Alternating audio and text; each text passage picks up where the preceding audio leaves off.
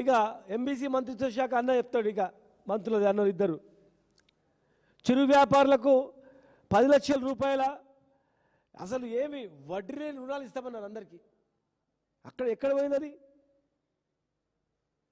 జిల్లా కేంద్రాల్లో 50 కోట్లతో స్టడీ సర్కిల్, లైబ్రరీలు, క్యాంటీన్తో సహా ఏర్పాటు చేస్తామన్నారు. ఎక్కడ ఒక్కటి కూడా కాలేదే.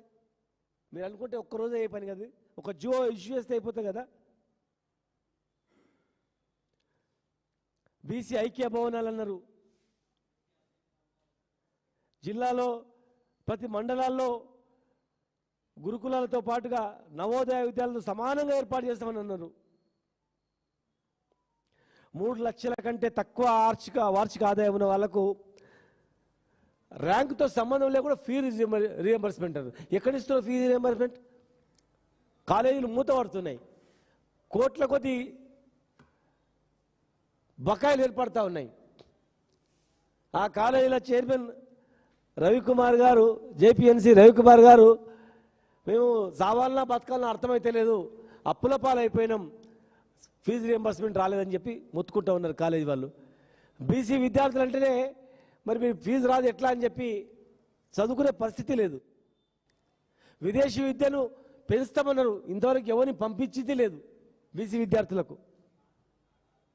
వృత్తి బజార్ అన్నారు, 50 దుకాణాలు, ఎక్కడ ఒక్క దుకాణం కట్టలేదు ఇంతవరకు. మీరు అనుకుంటే ప్రతి మండలానికి 50 షాపులతో వృత్తి బజార్ అన్నారు కదా, ఒక జిల్లా కేంద్రంలో కట్టలేదు. మేము కట్టినటువంటి శిల్పారామం లాంటి కట్టినటువంటివే ఇంకా వృధా పడి ఉన్నాయి. అక్కడ యాక్షన్ పెట్టి అమ్ముకోవాలని చూస్తున్నారు, ప్రైవేట్ వాళ్ళకు దారదత్తం చేయాలని చూస్తూ ఉన్నారు. నీరా కేంద్రాలు ప్రైవేట్కి ఇవ్వాలని చూస్తూ ఉన్నారు. జిల్లా కోటి ఏర్పాటు చేస్తామన్నారు, ఎక్కడా లేదు. చనిపోయిన గీతా కార్మికులు దాదాపు 1400 మంది ఉన్నారు. పాత 5 లక్షలు ఇవ్వట్లేదు, పెంచిన 10 లక్షలు ఇవ్వట్లేదు, ఎవరికి ఇవ్వట్లేదు. 20% వైన్ షాప్ రిజర్వేషన్ అన్నారు, అది కూడా లేదు. ప్రతి సొసైటీకి, ఫెడరేషన్లకు 10 లక్షల రూపాయలు ఆర్థిక సాయం అన్నారు, ఎక్కడా లేదు. వర్షాకాలం వచ్చింది, చెరువులు నిండినాయి, ఇప్పటివరకు చేప పిల్లల టెండర్ కాలేదు. మళ్ళీ ఎవరిని తిట్టాలంటే మత్స్యశాఖ మంత్రిని తిట్టాలి, తిట్టొద్దు అని మళ్ళీ ఆ సామాజిక వర్గానికి ఇచ్చిండ్రు, నిధులు ఇవ్వట్లేదు. ఆయన ఏం చేయాలా? శ్రీహరి గారికి రెవెన్యూ శాఖనో హోంశాఖనో ఇస్తే జబర్దస్త్గా పనిచేస్తాడు ఆయన. కానీ వీళ్ళ శాఖ వీళ్ళకే ఇవ్వాలి, నిధులు ఇవ్వద్దు, వాళ్ళు తిట్టరు, నిధులు ఖర్చు కావద్దు, వీళ్ళు బాగుపడదు, ఆర్థికంగా పైకి రావద్దు, గిట్లే ఉండాలని ఇంత లాజిక్గా పనిచేస్తున్నారు మీరు. చేపలు ఎప్పుడూ పిలుస్తారు, గొర్రెల పైసలు అకౌంట్లో ఎప్పుడు వేస్తారు 3 లక్షల రూపాయలు. ఈత చెట్లు పెంచడానికి 5 ఎకరాలు అన్నారు, 1 ఎకరా ఇంతవరకు ఇవ్వలేదు. స్వర్ణకారులకు, మంగళ కుమ్మరులకు 90% సబ్సిడీతో టూల్ కిట్లు అన్నారు. పద్మశాలులకు 90% సబ్సిడీ కింద పవర్ లూమ్స్ ఇస్తామన్నారు.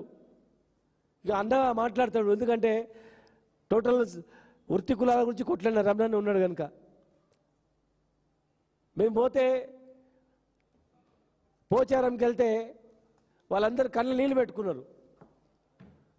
Best tourism village award, world tourism best heritage village మేము అవార్డు తీసుకొచ్చింది మా హాయంలో.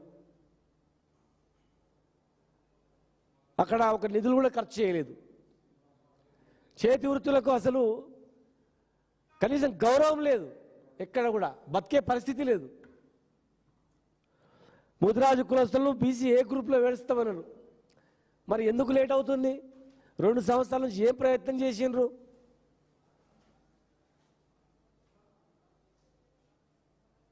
మా జాండ్రా కులస్తుల పరిస్థితి పట్టించుకునే నాతుడే లేడు, కూలి పని చేసుకునే పరిస్థితికి వచ్చింది. అక్కడ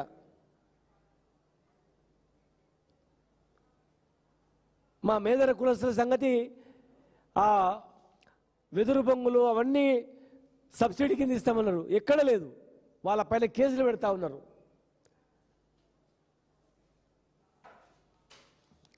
చెప్పుకుంటూ పోతే చాలా ఉన్నాయి. మా వడ్ర కులస్తులు రాయి కొట్టడానికి పోతే కేసులు పెడుతున్నారు, గుట్టల రాళ్ళు కొట్టొద్దని. వృత్తే రాళ్ళు కొట్టేది, సొంతం గుట్టలు ఎక్కడుంటాయి? వాళ్ళపైన కేసులు పెట్టి వేధిస్తూ ఉన్నారు. విశ్వకర్మలు కానీ, చెప్పుకుంటూ పోతే చాలా ఉన్నాయి.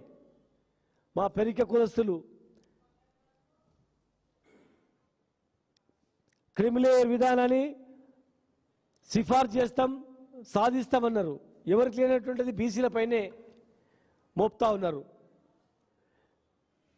చివరిగా నేను ఒకటే తెలియజేస్తా ఉన్నా, దయచేసి పిసిసి ప్రెసిడెంట్ గారికి, ముఖ్యమంత్రి గారికి మేము తెలియజేస్తా ఉన్నాం, మీరు 15 తారీఖు లోపల మిగతా అంశాలపైన చర్చించి అవన్నీ జియో ఇష్యూ చేయాల.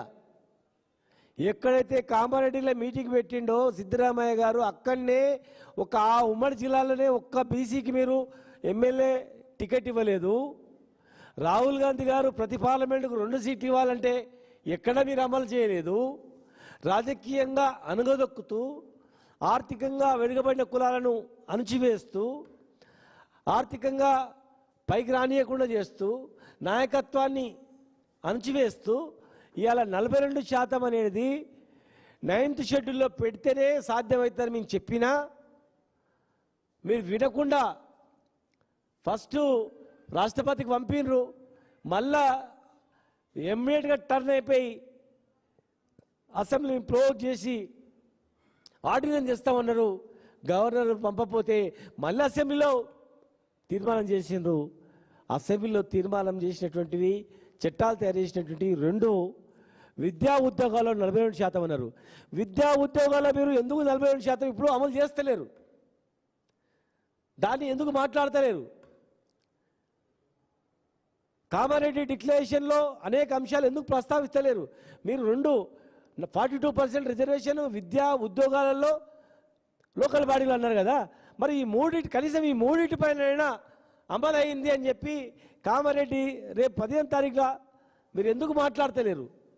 అంటే కేవలం అమలయ్యేటివి మీ చేతిలో ఉండేటువంటివి అమలు చేయకుండా, దాని గురించి మాట్లాడకుండా మూత పడేసి, అమలు కాని అంశాన్ని మీరు రాంగ్ రూట్లో పోయి ఒక జియో ద్వారా అమలు అవుతుందని చెప్తున్నారు. జియో ద్వారా అమలు కాదన్నా మీరు జియోని ఇష్యూ చేసి దాన్ని పెద్ద భూతద్దంలో పెట్టుకొని మేము విజయం సాధించినామని చెప్పడం అనేది చాలా మోసం.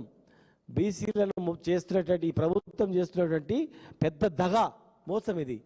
మీకు చిత్తశుద్ధి ఉంటే మిగతా అన్నీ కూడా బడ్జెట్తో పాటు మీరు మిగతా ఇచ్చినటువంటివి, మీ చేతిలో ఉన్నటువంటివి, మీ పరిధిలో ఉన్నటువంటివి, అసెంబ్లీలో పరిధిలోనే ఉన్నటువంటివి మీరు ఒక జియోతో